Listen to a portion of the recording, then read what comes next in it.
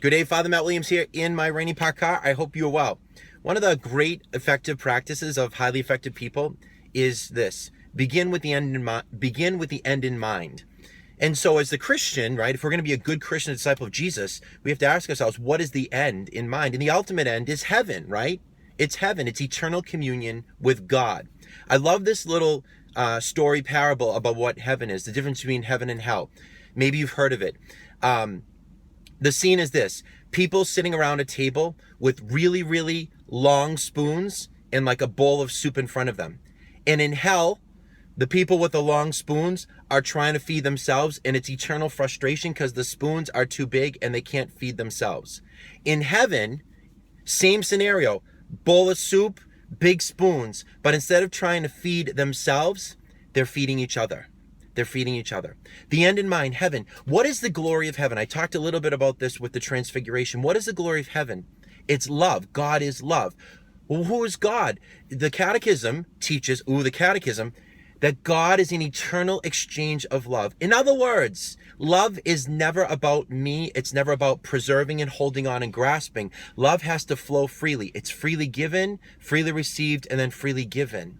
It's about being completely disinterested in yourself and all about the needs of others, right? Love is to be completely focused on the good of the other, to affirm their goodness, to be completely, to make a complete gift of yourself for the good of the other.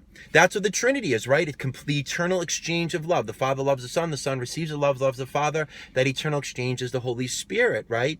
The love in between, if you will. This is an important context for us as we begin. I'm going to do this over the course of 2 days. As we begin to look at the gospel for Wednesday of the second week of Lent, we're looking at Matthew 20:17-28. And the gospel story today goes like this, right? The mother of James and John comes up to Jesus and she's like, when you come into your glory, I want my sons to sit on your right and your left. So what she's saying is that I want them to have all of the glory. So when you're in your glory, Lord, I want my sons to be right there. What's her mistake? She thinks that the glory is all about us, right? All of our fame, our honor, us being consumed and filled, right? It's all about me. That's not what heaven is, right? Remember the spoons, right? Heaven is all about disinterest in yourself. It's completely emptying of yourself. It's making a gift of yourself to the other. Heaven is never about me, but the focus is about other, capital O, God, right? And then with that, the communion of saints. So she's got the wrong understanding of what glory is. The glory of heaven is love, and love is complete self-gift, disinterest in yourself, complete focus on the other. God first, communion of saints, receiving love and offering love. There's no holding back, and in that, you are completely fulfilled. More tomorrow. God bless you.